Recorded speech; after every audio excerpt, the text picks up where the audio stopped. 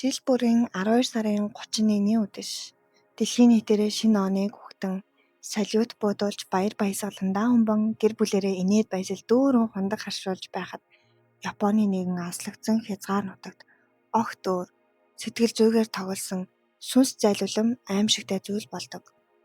Шөнө дунд тосгоны гудамжаар агаарын температур тгээс доош хэдийн хэмээр зааж Япон тэнгисээс ирэх хүйтэн сал хэсгэрэн шуурх үеэр аимшигын чөтгөрийн масктай далайн сүрэл нөмөрсөн аврах том хүмүүс тосгоны харанхуй гудамжинд гарч ирнэ.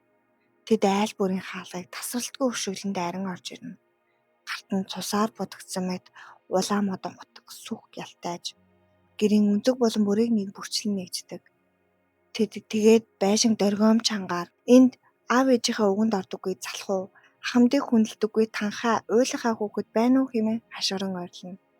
Энэ бол ямар нэгэн Холливуудын аимшиг киноны хэсэг биш. Энэ бол Японы Акита мужийн Ога хотод одоо ч жил бүр явагддаг ЮНЕСКОд бүртгэгдсэн 100 жилийн түүхтэй шүтлэг бишрлийн гүн гүнзгий уламжлал юм. Яагаад орчин үеийн өндөр хөгжилтэй технологийн эрүүн үеийн Япон оронд шинэ жилийн баярын орой хүүхдүүдэд зориуд ингэж аимшигтайгаар айлгадаг юм бэ? Тэдний айдас ба урилаан донд ямар сүсэг бишрэл, амьдралын философи, гэр бүлийн нарийн харилцаа нуугдаж байна вэ? Энэхүү аимшигтай маскны цаана чухам ямар түүх оршин байгааг өнөөдөр бид судлах болно. Японы хоншуу арлын хойд хэсэг захад байрлах Акита мужийн Ога хойг бол өглөө асар их цас орж Сибирийг хүйтэн салхи ямар ч хаалтгүй шууд үлээдэг 9-с цагаа гартай байгалийн ширүүн уур амьсгалтай бүс нутаг юм. Эрт дээр үеэс энэ нутгийн иргэд байгалийн тогшин үзэгдэл өвөл цагийн хатуу бэрхийг даван туулахын тулд уул ус байгалийн далд хүчийг шүтэн биширж иржээ. Намахаге хэмээх зан үйл чухам хаанаас үүссэн тухай олон янзын түүх амын яриа байдаг. Хамгийн алдартай нэгэн домогт өгүүлснээр ойролцоогоор 2000 гаруй жилийн өмнө Хятадын Хань улсын Вүүдийн хаан Ога хогийн Синзан болон Хонзан ууланд ирэхдээ 5 өөр өнгийн оны буюу ариун чөтгөрийг дагуулж ирсэн гэдэг. Энэхүү 5 чөтгөр нь нутгийн иргэдийн тариа будаа мал ахуйг дээрэмдэж тосгоны охтыг хулгайлан сүрэл дагуулдаг байжээ. Нутгийн иргэд чөтгөрүүдтэй нэгэн болцол тавьсан гэдэг. Хэрв та бүхэн нэг шөнийн дотор уулын орой руу чиглэсэн 1000 гишүүртэй чулуун шат барьж чадвал бид жил бүр та бүхэн залуу охтоо өгч хүссэн бүгдийг чинь бэлгэлье. Гэвч үүр цайгаас өмнө амжиж барьж чадахгүй бол энэ нутгаас үүд зайлан одох ёстой гэжээ.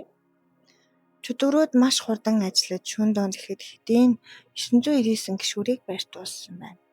Айд сандарсан тосгоны нэгэн ухаан тэргэн үүр цайхаас өмнө азарган дахианы дууг адилтхан чангаар донгоджээ. Дахиад донгодохыг сонссон чөтгөрүүд үүр цайлаа гэж энэ дүүрэн амлалтаа хүрч чадаагүйдээ хэлэгнэн уул руу буцсан гэдэг. Улмаар нутгийн иргэд тэдгээр тогшин сүнслүүдийг хилэн зөөлөх, тосгоныг хамгаалах зорилгоор жил бүр Намахаге зан үйлийг хийх болсон гэх аман яриа байдаг юм. Олон хүмүүс ялангуяа гадаадын жуулчид Намахагегийн аймар маскыг хараад тэднийг мангас эсвэл зэвүүн сүнс гэж эндүрдэг. Гэвч Шинто шашны болон Японы уламжлалт сүсэг бишрэлийн ойлголтоор Намахаге бол чөтгөр биш. Тэд бол Ога хогийн ариун догшин уулнаас буун ирж буй Арагами буюу догшин шүтээн муу ёрыг үлдэн хөөгч сахиус юм. Японы Шинто шашнаар байгаль дэлхий уул ус бүхэн өөрийн гэсэн ками буюу сүнс бурхадтай байдаг. Уулын бурхад нь инх тайван ашид тустай Нэгимитама байгаас гадна догшин аюултай ариусгагч Арамитама гэх шинж чанартай байдаг. Намахаге нар яг энэ догшин ариутгагч талыг нь илтгэдэг ажээ. Тэдний өмсдөг баг болон өмсгөл бүр нь гүн гүнзгий бэлэгдэлтэй. Улаан баг нь эрэгтэй догшин бурхныг илтгэх ба гал халуун эрч хүч ариусгалыг бэлэгдэнэ. Цэнхэр баг нь эмэгтэй догшин бурхныг илтгэх ба ус салхины хүчийг бэлэгдэнэ. Каде буюу далайн сүрэл өмсгөл нь сүрлээр хийсэн зузаан хувцас хүйтэн өвлийг даван тулах бат бөх байдал болон эрх оны ариун ургацыг бэлэгддэг. Теоко болон модон хутг нь гарт нь байгаа бөгөөд хэн нэгнийг хохироох гэж буй зэвсэг биш. Харин хүмүүсийн сэтгэлийн хөвч залхуурал муу санаа, өвчин зовлонгийн үнцийг огтлон хаях бэлэгдэлтэй ажээ. Намахаге нар айлд дайрч орохдоо зүгээр нэг замбраагүй танхаардаггүй. тэдэнд 100 жил ягштал баримталж ирсэн нарийн дэг журам бий. Тэд айлын хайлгыг яг 7 удаа доргион цохиж гэрт нэвтрэх зөвшөөрөл авдаг. Гэрт орж ирэхдээ шалан дээр хөлөө чанга 5 удаа дэвсдэг. Энэ нь тухайн айл гэрт зугасан муу сүнс өвчин зовлон гай төдгөрийг хөлөөрөө гიშгэж үлдэн хөөж буй чухал зан үйл юм. Гэрийн эзэн тэднийг айд зүртгээсээ илүүтэй гүнээ хүндэтгэн ухтан авдаг. Айлын өрхийн тэргүүн уламжлалт хүндэтгэлийн хувцас өмсөж тэднийг ширээндээ суулган Япон архи буюу саке аягалж тухайн жилийн ургац ажил амьдрал гэр бүлийнхээ амжилтыг тайлагнана. Намахагийн нар гэрийн эзнээс энэ жил ургац сайн байв уу? Цас шуурган тохирол амсвуу? Гэр бүлээрээ эрүүл саруулвал уу? Хүүхдүүд чинь аав ээжийнхээ өгөнд орж хичээлээ сайн хийж байна уу хэмээн чанга дугаар байцаан асууна. Гэвч энэ тайван яриа удаан үргэлжлэхгүй. Намахагийн нар саке балгасны дараа гинт босон харайж гэрийн бусад өрөөнүүд рүү дайран хүүхдүүд болон шинээр бэр болон ирсэн хүмүүсийг хайн хашгирч эхэлдэг. Энэ үед хүүхдүүд айсандаа аав ээжийнхээ ард нуугдан орилон чангаар уйлалдана. Аимшигтай өмсгөлтэй тогшин масктай хүмүүс хүүхдүүдийг яг өмсөлжрээ модон хутагдал айж уйлахаа залхуу эцэг хийхээ өгөнд ортоггүй хүүхдийг уул руу аваачиж цойжлон хэмээн хан турга дөргитөл орилно. Энэхүү намахаги гэдэг нэр нь өөр асар сонирхолтой гүн утгатай ажээ. Япон хэлний намахи буюу үүлжин пишин ба галын хажууд удаасуудаг хүмүүсийн арьсан дээр үүсдэг улаан толб. Хуухлагцсан арьс гэх үгнээс гаралтай, харин каге гэдэг нь хусах зүсэх гэсэн утгатай. Нийлүүлж ойлгвол галын хажууд залхууран сууж арьсаа улайлгсан хүмүүсийн залхуу арьсыг хусах гэсэн шууд утгатай юм. Өөрөөр хэлбэл өвлийг зүгээр нэг залхуурж өнгөрөөх биш, бие болон сэтгэлээ ариусгах сахилга баттай байхыг сануулж буй гүн гүнзгий хугтхан ажээ. Гэхдээ энэ зан үлийн хамгийн чухал найдын эрх нь хүүхдийг ердөө айлгахад биш, харин гэр бүлийн бат бөх харилцааг бэхжүүлэхэд оршдог байна. Хүүхэд айн мэгдэж буй айн дагжин уйлж байхад эцэгийнх нь хүүхдээ намахагигаас хамгаалан дунд нь зогсож манай хүүхэд энэ жил маш сайн байсан. Аав ээжтэй тусалсан. Ирэх жил бүр илүү хичээх болно. Наад хүүхдийг чинь бид өөрсдөө хариуцъя гэж амлалт өгдөг. Энэ нь хүүхдийн сэтгэл зүйд дэлхий дээр ямар ч амар чөтгөр мангас ирсэн. Миний аав ээж намайг амиараа хамгаална гэх асар том аюулгүй байдлын итгэл хайрыг насан туршид нь үлдээдэг байна.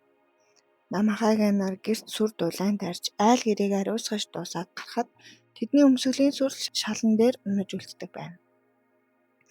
Тосгоныхан энэ унсан сүрслийг хасар ариун гэж үзэн цуглуулж толгойдоо боох юм уу? Гэрийнхээ хаалганы дээд талд нандинан хадгалдаг. Учир нь тогшин бурхны биеэс унсан энэ сүрэл нь ирэх жилдээ өвчин зовлонгоос хамгаалж гай түдгрээс зайлуулах ширээ зохиус болдог гэж японочууд чин сэтгэлээсээ итгэдэг ажээ. Гэвч цаг хугацаа өөрчлөгдөж 21-р зуун гарахад энэ 100 жилийн уламжлал маш том сорилтуудтай тулгарч эхэлсэн юм. Орчин үеийн нийгэмд бага насны хүүхдийг ингэж хүчтэй айлгах нь тэдэнд сэтгэл зүйн гүн гэмтэл буюу траума үлдэх эрсдэлтэй гэх шүүмжлэл баруун болон Японы том хотуудад гарч байв. Мөн хөдөө тосгоны хүн ам цөөрч, хөгшөрч, залуус Токио зэрэг том хотууд руу шилжснээс болж шинэ жилийн орой намахаги болон хувирах залуучийн тоо эрс зурж зарим тосгонд уламжлалт тасархад хүрч байв. Түүнчлэн орчин үеийн зарим залуус намахаги болохдоо саке хэтрүүлэн ууж, айлын эд зүйлийг сүйтгэх эсвэл зөвшөөрлөгөө зураг авах зэрэг зөрчилүүд гарч байсан бол орон нутгийн иргэд журмыг чангалж уламжлалт сахилга батыг нь эргүүлэн тогтоосон юм. Ога хотын иргэд энэхүү соёлын үнэт өвөө алдаж устгахгүй тулд асар их хичээл зүтгэл гаргасан. Тэд 1964 оноос эхлэн жил бүрийн 2 сард намахаги Седо фестивалыг зохион байгуулж эхэлсэн бөгөөд энэ нь ариун гал хасааж олон ариун намахаги нар уулнаас бууж ирэн уламжлалт тайко бөмбөрнүүдэн бүжгэлдэг асар том баяр болсон юм. Энэхүү нутгийн иргэдийн хичээл зүтгэлийн дунд 2018 онд ЮНЕСКОгийн намахаги зан үйлийг хүн төрөлхтний соёлын бит бус өвөөр аль биесээр бүртгэн авч Японы соёлын бахархал дэлхийд дахны үнэт соёл болон үлдсэн билээ. Хэрв та шинэ жилийн орой Японы Акита мужид байж тааруул хаалгаа сайдар зорьлоорой. Эсвэл тэдэнд зориулж ая халуун саке шинэ ургацын амттан бэлдээд хүлээж байж болох юм. Японы энэхүү аимшигтай атал асар гүнзгий утга агуулга гэр бүлийн халуун дулаан уур амьсгалыг агуулсан уламжлалын талаар та юу гэж бодож байна вэ? Шинэ жилийн орой та заавал солиод харах албагүй. Заримдаа айц өөрөө хамгийн том баяр болдог байх юм. Манай сувгийн энэ удаагийн дугаар танд таалагдсан бол цаашдаа сонирхолтой контентуудыг алгасахгүй тул subscribe тавчиг дарж хонхоо дарахаа мартахгүй. дараагийн аимшигтай эсвэл сонирхолтой түүхээр уулзцаая. Баяр таа.